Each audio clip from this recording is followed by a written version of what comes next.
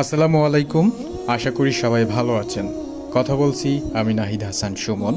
বিষয় হচ্ছে রোজায় সুস্থ থাকতে কেমন হবে ইফতার, সেহরি ও রাতের খাবার। নিঃসন্দেহে রোজা আমাদের জন্য উপহার স্বরূপ। রমজান মাসে রোজার মাধ্যমে আমরা যেমন আল্লাহ তাআলার নৈকট্য লাভ করি, তেমনিভাবে আমাদের শরীরে বাসা বাঁধা বিভিন্ন রোগ বা রোগের জীবাণু, স্থূলাকৃত, ডায়াবেটিস সহ বিভিন্ন ধরনের রোগ থেকে মুক্তির সুযোগ পাই।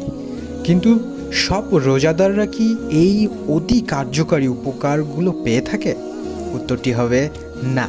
এর কারণ কি? এর কারণ হচ্ছে আমাদের সেহরি এবং ইফতারির খাবার খাওয়ার নিয়ম। একটা ব্যাপার তো, আমরা সারাদিন রোজা থাকার নিয়ত করে সেহরিতে অনেক খাওয়ার চেষ্টা করি। দ্বিতীয়ত, ইফতারের সময় ক্ষুধার্ত অবস্থায় অনেক কিছু খেতে ইচ্ছা করে। এই ইচ্ছা থেকে ইফতারিতে আমরা নানান ধরনের আইটেম যোগ করি। এখানেই বাড়ছে বিপত্তি। ইফতারিতে এমন নানাবিধ ফাস্টফুড, তেল, ভাজা পোড়া বা শরীরের জন্য অত্যন্ত ক্ষতিকর এমন খাদ্যদ্রব্য গ্রহণের ফলে যেটুকু উপকার হওয়ার কথা সেটুকু তো হচ্ছেই না, বরং প্রচুর পরিমাণে ক্ষতি সাধিত হচ্ছে। আসুন জেনে নেই কেমন খাবার খাওয়া উচিত সেহরি এবং ইফতারিতে। রোজায় সুস্থ থাকতে স্বাস্থ্যসম্মত জীবনযাপন ও সঠিক খাদ্যাভ্যাস একান্ত প্রয়োজন।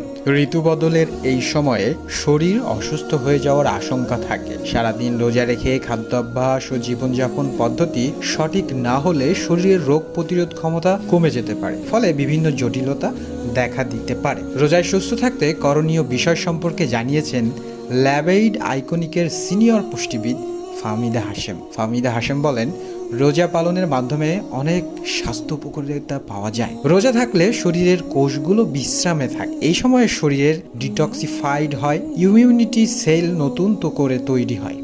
কিছু গ্রোথ হরমোন আছে যেগুলো নিঃসরণ এই সময় বেড়ে যায়, যা ওজন কমাতে সাহায্য করে। তাহলে আমাদের এই যে খাদ্যাভ্যাস ইফতারিতে কিংবা সেহরিতে, এটা আমরা যদি বিরত রেখে আমরা যদি স্বাস্থ্যসম্মত ইফতার কিংবা সেহরি করতে চাই, তাহলে আমাদের প্রথমে ইফতারটা কেমন হতে পারে। হ্যাঁ, ইফতারের খাবার 3 ভাগে ভাগ করে গ্রহণ করা উচিত আমাদের। প্রথম ভাগে আমরা যখন ইফতারিটা করব, তখন আমাদের ইফতারির সময় হলে শুধু 1 থেকে 2 গ্লাস পানি, খেজুর, যে কোনো একটি ফল খেতে পারেন।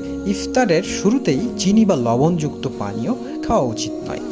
দ্বিতীয় ধাপে আমরা এই যে সামান্য ইফতারিটা করলাম, তারপরেই আমরা নামাজ পড়ব।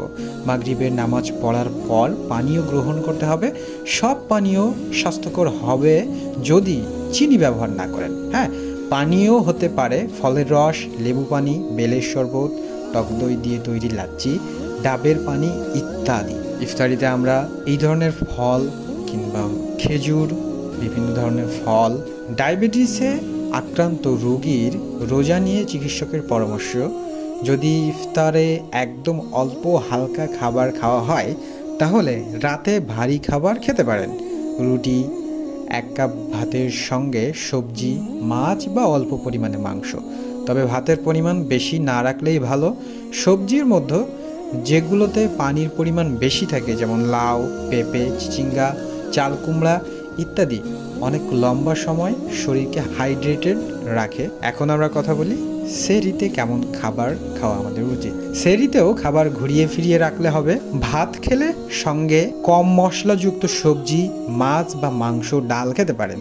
প্রতিদিন ভাত না রেখে একদিন দই চিড়া বা ওটস রাখতে পারেন। আবার অনেকেই আছেন সেহরিতে ভারী খাবার খেতে পছন্দ করেন না।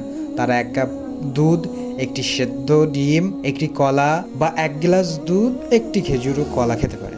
এই খাবারটিও সারাদিন যথেষ্ট শক্তির যোগান দেবে। আপনার পেট ভরে যাবে না, এই খাবারগুলোতে অনেক ফুলে যাবে না, কিন্তু সারাদিন আপনাকে শক্তিতে ভরপুর রাখবে। আর যে সমস্ত খাবার আমরা খাই, প্রচণ্ড পরিমাণে ভাত খেয়ে পেট ভরে রাখার চেষ্টা করি, যে সারাদিন রোজা থাকবো, বেশি করে খেয়ে নিই। এই খাবারগুলোতে আমাদের পেট ভরা রাখে, কিন্তু আমাদের শরীরকে শক্তি যোগায় না। এজন্য সেহরিতে এই হালকা খাবার কিন্তু পুষ্টিযুক্ত, শক্তিযুক্ত খাবার খেলেই সেটা আমাদের জন্য খুবই ভালো। সেহরির খাবার রাতের শেষ ভাগেই খেতে হয়। ঠিক আছে, আমরা অনেকেই 1-1.5-2 ঘন্টা আগে উঠে খাবার প্রস্তুতি নিয়ে এবং 1 ঘন্টা আগে বা আধা ঘন্টা আগে খাবার শেষ করে তারপর রেস্টে নিই। এটা না করে একদম 10 মিনিট থাকতে এমন একটা নিয়ম করা উচিত যে 10 মিনিট সেহরির সময় বাকি আছে, এইরকম সময় গিয়ে আমার খাওয়া শেষ হবে। এবং ইফতারির পর পর্যাপ্ত পরিমাণে পানি খেতে হবে আমাদের। রমজান মাসে চা, কফি ও ক্যাফেইনযুক্ত খাবার যতই কম খাবেন ততই ভালো। এগুলো খেলে সারাদিন পানির পিপাসা বেশি লাগে। এবং রমজান মাসে আরও যে বিষয়টা আমাদের মাথায় রাখতে হবে সেটা হচ্ছে পর্যাপ্ত পরিমাণ ঘুমাতে হবে। রাতে তাড়াতাড়ি ঘুমানোর অভ্যাস করতে হবে যাতে আপনি শক্তি পান সারাদিন চলার জন্য। আমরা যদি নিয়মিত রমজানের রোজা রাখতে পারি এবং নামাজ পড়তে পারি, আমল ঠিক রাখতে পারি, আখলাক ঠিক রাখতে পারি, তাহলে আমরা আল্লাহর নৈকট্য তো লাভ করবই এবং খাবারের দিক থেকে কিছুটা সচেতনভাবে চলার চেষ্টা করলে শরীরেরও একটা উপকার এই রমজান মাসে কেন্দ্র করে গ্রহণ করতে পারবো। আশা করি আমার কথাগুলো আপনারা বুঝতে পেরেছেন। তো ভালো থাকবেন, সুস্থ থাকবেন। আল্লাহ হাফেজ।